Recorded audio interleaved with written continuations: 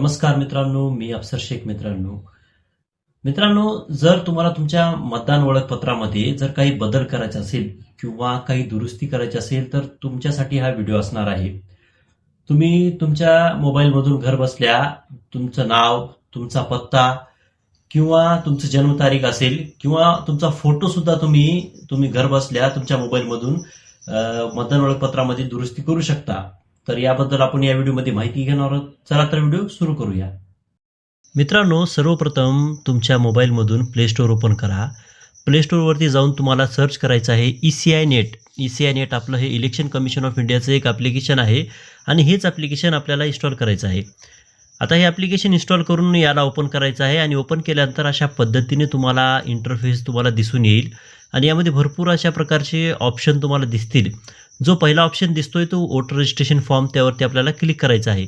आता voter registration form या ऑप्शनवरती click केल्यानंतर तुम्ही पुढे येणार आहात. पुढे तुम्हाला भरपूर असे फॉर्म दिसतील, पर्याय दिसतील. यामध्ये फॉर्म नंबर 6 आहे, फॉर्म नंबर 7 आहे आणि इथं थोडं तुम्ही खाली यायचं आहे. खाली आल्यानंतर तुम्हाला फॉर्म नंबर 8 तुम्हाला दिसेल. आता पहा, करेक्शन ऑफ एंट्रीज हा जो फॉर्म नंबर 8 आहे त्यावरती आपल्याला क्लिक करायचं आहे. क्लिक केल्यानंतर तुम्हाला इथे पाहू शकता की तुमचं इथे लॉग इन करा असे सांगत आहे. जर तुमचं लॉग इन असेल तर मोबाईल नंबर टाकून सेंड OTP वरती क्लिक करून लॉग इन करा आणि जर अकाउंट नसेल तर तुमचं तर न्यू युजरचा एक ऑप्शन आहे, त्यावरती क्लिक करून तुमचं इथे अकाउंट उघडायचं आहे. आता अकाउंट कसं उघडायचं तर न्यू युजर या ऑप्शनवरती क्लिक करायचं आणि त्यामध्ये तुमचा मोबाईल नंबर विचारला जाईल. सेंड OTP वरती क्लिक करायचं आहे आणि जो काही मोबाईलवरती OTP येईल तो OTP ते टाकायचा आहे आणि जे काही तुमचं नाव आहे, आडनाव आहे ते टाकून तुम्हाला इथे जो OTP आलेला आहे तो इथे टाकायचा. अशा पद्धतीने ही सगळी माहिती तुम्हाला सबमिट करायची आहे. आता ही तुमचं इथे अकाउंट उघडलं जाईल. अकाउंट जर अगोदर असेल तर डायरेक्ट तुम्ही लॉग इन करू शकता आणि अकाउंट नसेल तर अशा पद्धतीने तुम्ही अकाउंट उघडून घ्या. पहा, युजर क्रिएट सक्सेसफुली ओके करायचं आहे. आता अकाउंट उघडलं आहे. आता मोबाईल नंबर टाकून सेंड OTP वरती क्लिक करून इथे आपण लॉग इन करूया. तर इथे पहा, सेंड OTP केलेला आहे. तर आपला आता लॉग इन झालेला आहे. आपल्याला आता सेम प्रोसेस करायचं आहे. वोटर रजिस्ट्रेशन फॉर्म आहे पहिला ऑप्शन, त्या बॉक्सवरती क्लिक करायचं आहे. पुढे येऊन आपल्याला फॉर्म नंबर 8 भरायचा आहे, कारण आपल्याला करेक्शन करायची आहे, दुरुस्ती करायची आहे. तर इथे थोडं खाली यायचं आहे. Correction of entries form number 8 हा जो आहे त्यावरती क्लिक करायचा आहे आणि क्लिक केल्यानंतर इथे लेट स्टार्ट बटनावरती खाली क्लिक करायचं आहे. लेट स्टार्ट बटनावरती क्लिक केल्यानंतर इथे पहा, yes I have voter ID हा जो ऑप्शन आहे पहिला त्यावरती आपल्याला टिक करायचा आहे आणि खाली नेक्स्ट बटनावरती क्लिक करायचं आहे आणि त्यानंतर वोटर ID नंबर विचारला जाईल. जो काही तुमचा एपिक नंबर आहे म्हणजेच मतदान कार्डचा जो नंबर असतो तो इथे टाकायचा आणि आपलं महाराष्ट्र राज्य सिलेक्ट करायचं आहे. आता खाली ते सिलेक्ट केल्यानंतर फेच डिटेल्स बटनावरती आपल्याला क्लिक करायचं आहे आणि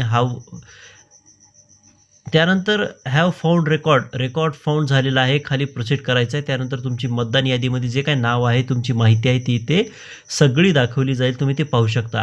आता तुमचीच माहिती आहे का एकदा चेक करायचं आहे आणि खाली नेक्स्ट बटनावरती तुम्हाला इथे क्लिक करायचं आहे. आता नेक्स्ट बटनावरती क्लिक केल्यानंतर तुम्हाला इथे काही करायचं आहे नाही, थोडं खाली यायचं आणि जो काही तुमचा आधार नंबर आहे, तो मोबाईल नंबर आहे, तो फक्त इथे टाकायचं आहे. बाकी इथे काहीच करायचं नाही.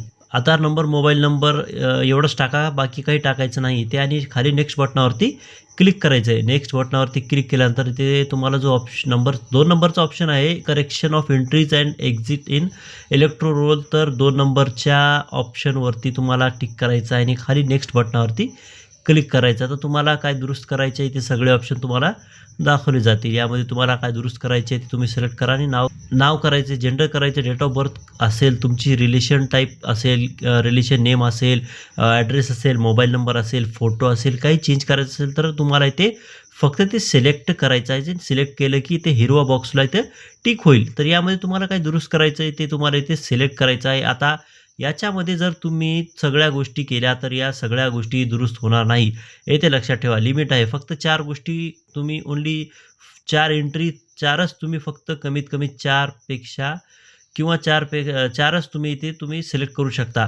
सगळं करू शकत नाही. जे काही दुरुस्त करायचं ते तुम्हाला इथे टिक करायचं आहे आणि खाली नेक्स्ट बटनावरती क्लिक करायचं आहे. आपण फक्त आता नाव बदल करणार आहे. तुम्हाला जे काही करायचं ते तुम्ही ते करू शकता. त्यानंतर नेक्स्ट केल्यानंतर आता मी नाव सिलेक्ट केलं तर मला आता नाव टाकायला विचारलं आहे. तर जे काही आधार कार्डवरती नाव आहे त्याच पद्धतीने आता मी नाव इथे टाकणार आहे. या नेममध्येच पूर्ण नाव व्यवस्थितरित्या टाकायचं आहे, तरच ते दुरुस्त होईल. आता आधार कार्डवर जसं आहे तसंच इंग्लिशमध्ये व्यवस्थित इथे टाकायचं आहे. लास्ट नेममध्ये टाकलं तरी चालेल, पण एंटर युजर नेममध्ये व्यवस्थित टाका.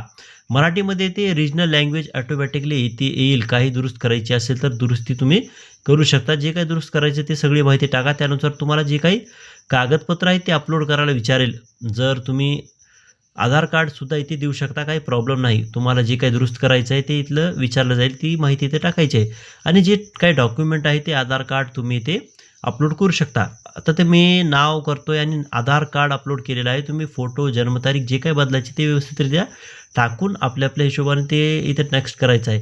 आता नेक्स्ट केल्यानंतर तुमचं नाव आणि प्लेस ऑफ ॲप्लिकेशनमध्ये तुमच्या गावाचं नाव हे टाकायचं आहे आणि डन करायचं. आता डन करून जी काही माहिती तुम्ही भरली ती दाखवली जाईल. सगळी माहिती चेक करायची आहे आणि खाली यायचं आहे. खाली ई साइन अँड सबमिट हा ऑप्शन दिसेल. हा महत्त्वपूर्ण ऑप्शन आहे. ई साइन सबमिटवरती क्लिक केल्यानंतर हे लोडिंग होईल आणि त्यानंतर तुम्हाला एक छोटा बॉक्स दिसेल, त्यावरती ते क्लिक करायचं आहे. आता तुम्हाला इथे आधार नंबर टाकून ई साइन करणं कंपल्सरी आहे. आधार कार्डवरती जे नाव आहे तेच तुम्हाला इथे असणं गरजेचं आहे, तरच तुमचं ई साइन कंप्लीट होईल, नाहीतर हे रिजेक्ट होईल. तर आधार नंबर इथे टाका, सेंड OTPवरती क्लिक करा, ॲक्सेप्ट करा आणि जो OTP आलेला आहे तो इथे OTP टाका. ॲक्सेप्ट करून सबमिट करा. आधार कार्डवरचं नाव आणि तुम्ही टाकलेलं नाव जर बरोबर असेल तरच हे ॲप्लिकेशन सबमिट होईल, ही गोष्ट लक्षात ठेवा. त्यानंतर पहा, आता ॲप्लिकेशन इथे आपलं सबमिट झालेलं आहे आणि रेफरन्स ID आलेला आहे. हा रेफरन्स ID आपल्याला जपून ठेवायचा आहे. आपलं नाव दुरुस्त झालेलं आहे का नाही हे पाहण्यासाठी हा रेफरन्स ID लागणार आहे. रेफरन्स ID कॉपी करून घ्या किंवा स्क्रीनशॉट काढून ठेवा.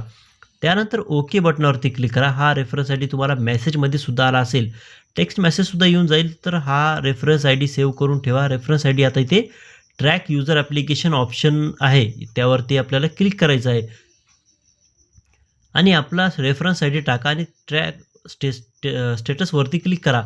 आता इथे तुमचं स्टेटस असेल 10-15 दिवसानंतर तुम्ही चेक केलं असेल तर स्टेटस हे चेंज होईल आणि आता सबमिटेड दाखवतं आहे. BLO अपॉइंटमेंट होईल आणि जर डॉक्युमेंट बरोबर असेल, नाव बरोबर असेल किंवा काही गोष्टी बरोबर तुम्ही टाकल्या असतील, तर फॉर्म व्यवस्थित भरला असेल तर ॲक्सेप्ट होईल आणि तुमची दुरुस्ती कंप्लीट होईल. तर अशा पद्धतीने तुम्ही हे दुरुस्त करू शकता. इथे तुम्हाला स्टेटस पाहता येणार आहे.